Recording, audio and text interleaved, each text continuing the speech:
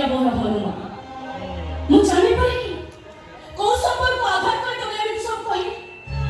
ବାପ ପୁଅ ମାଲିକ ଚାକର ନା ଭାବେ ଶ୍ୱଶୁର ଭାବେ ଜ୍ୱାଇଁ। ବାପ ପୁଅର ସମ୍ପର୍କ ମାୟା ମରିଛି। ଶ୍ୱଶୁର ଜ୍ୱାଇଁ ସମ୍ପର୍କ ଆକାଶ କହିଆ ଚିଲିକା ମାଛ। ଆଉ ସୂର୍ଯ୍ୟ ଚନ୍ଦ୍ର ପରି ସତର ସମ୍ପର୍କ ବାବୁ ମୋ ମାଲିକ ମୁଁ ତାଙ୍କ ଚାକର। ତାହେଲେ ଯୋଉ ଆମେ ଯୋଉ ପ୍ରେମ ପ୍ରୀତି ହାତ ବସେଇଥିଲେ ତମ ପ୍ରୀତି ମହଙ୍ଗା କରି କେତେ ଟଙ୍କାରେ ବିକ୍ରି କଲ ତମ ମାଲିକକୁ। ବିରକ୍ତି ହାତରେ ମୁଁ ବସିଛି ଖାଉଛି ସବୁ କରୁଛି। ହେଲେ ମୋ ପାଇଁ ପ୍ରୀତି ମହଙ୍ଗା ନୁହଁ ସମ୍ପୂର୍ଣ୍ଣ ମାଗଣା। ମୋ ପ୍ରେମ ମିଛ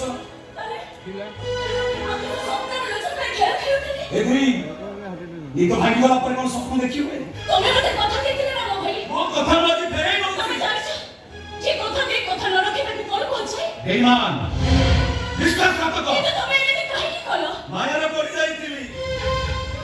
କିବା ସ୍ୱପ୍ନ ଦେଖୁଥିଲି ଏ ଘର ଧନ ସମ୍ପତ୍ତି ଲୋଭରେ ନିଜକୁ ଅଙ୍କୁଶ ଦେଇଥିଲି। ନିରାମନ୍ନ ସୁନାଳ ସାଥୀ ଏ ଘରର ମାନ ଇଜ୍ଜତକୁ ଅପହରଣ କରିବା ପାଇଁ ଚେଷ୍ଟା ବାପ ପୁଣ୍ୟ ଧର୍ମ ଧର୍ମ ବିଚାର ପୁଣି ମତେ ଉପସ୍ଥିତିକୁ ଫେରି ଆଣିଲେ।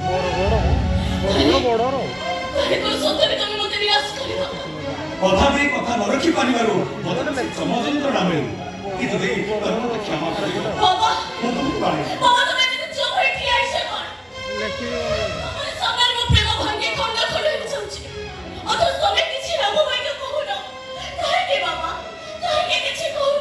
ମୁଁ ଆଉ କଣ କରିବି? ରାମକୁ ସ୍ୱାଇଁ କରିବାକୁ ତ ମୁଁ ମନା କରୁନି। ସେ ସତେ ଯଦି ଇଚ୍ଛା କରୁନି ମୁଁ କେମିତି ତାକୁ ରାଜି କରେଇବି? ପ୍ରେମ କରୁଥିଲ ତମେ ଦୁହେଁ, ମାନସିକ କରୁଥିଲ ତମେ ଦୁହେଁ। ଏବେ ତମେ ଦୁହେଁ ଚିନ୍ତା କର ତମର କଣ କରିବା ଉଚିତ। ଏଥିପରେ ବି ଆମେ କଣ ଦି ଜଣ ମିଶିକିରି ଅଛୁ ବାବା। ଧର୍ମକୁ ଆଖିରେ ମାରିଲା ଭଳି ତମେ କାହିଁକି କହୁଛ? ଏବେ ମୁଁ ଯାହା ନିଷ୍ପତ୍ତି ନେବି ସବୁ ଏକା ନେବି। ମୋ ମତରେ ବାବୁଜୀ ବଡ ଠିକ କରିଛନ୍ତି ତମେ ସେଇଠି ବାହାରିବ। ମୁଁ କଣ କରିବି କଣ ନ କରିବି ସେ ନିଷ୍ପତ୍ତି ମୋ ଉପରେ ମୁଁ ରଖିଛି। ତମେ ଯୋଉ ମତେ ଧୋକା ଦେଇଛ ତାର ଦଣ୍ଡ ତମକୁ ଗ୍ରହଣ କରିବା ପାଇଁ ପଡିବ।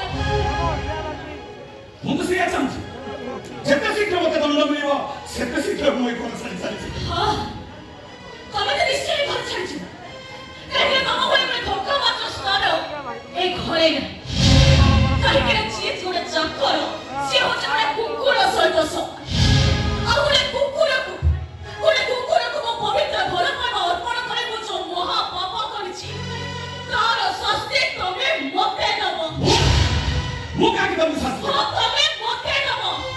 କାହିଁକି ନା ତମର ମୋର ଅନ୍ତର ମାତ୍ର ନ ଛାଡ଼ି ମୋ ବାପାଙ୍କ ମାନ ସମ୍ମାନକୁ ଭୁଲି ଯାଇ ତମ ସହିତ ଠାକୁରଙ୍କ ପାଖରେ ମାନସିକ କରିବା ପାପ ନୁହେଁ ମୁଁ ମହା ପାପ କରିଛି।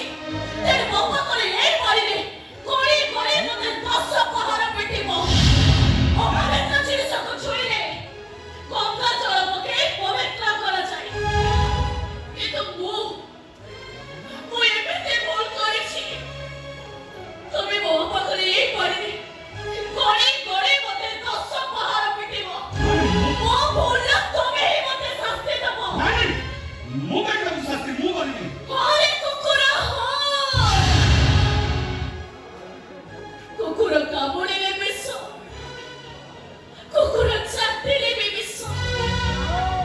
କିନ୍ତୁ ତମେ ଗୋଟେ ଏମିତି କୁକୁର ଯେ ମତେ ଛୁଇଁ ଦେଇ ମୋ ଦେହଟା ସାରା ବିଷ ଭରି ଦେଇଛି। ଆଉ ସେ ବିଷର ଜ୍ୱାଳାରେ ମୁଁ ଖାଲି ଛଟପଟ ହଉଛି। ତେଣୁ ମୋ ଯନ୍ତ୍ରଣାରୁ ମୁଁ ମୁକ୍ତି ପାଇବାକୁ ଚାହେଁ। ତେଣୁ ମୋ ପାଖରେ ଏଇ ମାରିଲେ ମତେ ଗଳି ଗଳି ତମେ 10 ପାହାର ପିଟିବ। ମୋ ପାପ କ୍ଷୟ ହବ ଆଉ ତାପରେ ମୁଁ ଶାନ୍ତିରେ ଜୀବନ ଯିବି। ପାରିବିନି ତମେ ମତେ କ୍ଷମା କରିବ। ମୁଁ ପାରିବିନି। ତାହେଲେ ମୁଁ ମରଣ ଦେଖିପାରିବ? ତମେ ଯଦି ମୋ କଥା ନ ରଖି ଏ କରୁ ବାଧ୍ୟ ବେଉଠା ତାହେଲେ ମୁଁ ସତ କହୁଛି ତମରି ସାମ୍ନାରେ ମୁଁ ଆତ୍ମହତ୍ୟା କରିଦେବି। ଆରେ ସେ ତ ତା ବାଟେ ଚାଲିଯିବ ତା ପାଇଁ ତୁ ମରିବାକୁ କାହିଁକି ଚାହୁଁଛୁ? ଦୟାକରି ତମେ ଚୁପ ରୁହ। ତମ ଝିଅ ଯେତେବେଳେ ବିରୋଧ ହାତରେ ପାଦ ଦେଇ ସାରିଛି ସେ ତ ପ୍ରୀତି ନିଶ୍ଚୟ କିନ୍ତୁ ସେ ଦେଖିବାକୁ ଚାହୁଁଛି ପ୍ରୀତି ତା समय मोह ना मागोड़ अब चुप रहिला नहीं रामचंद्र उनका किया कौन चाहता तुम्हें वो निर्देश माना ना वो मारना नहीं हमको मालूम नहीं मैं बाबू के क्या करते हैं मुझे नहीं पता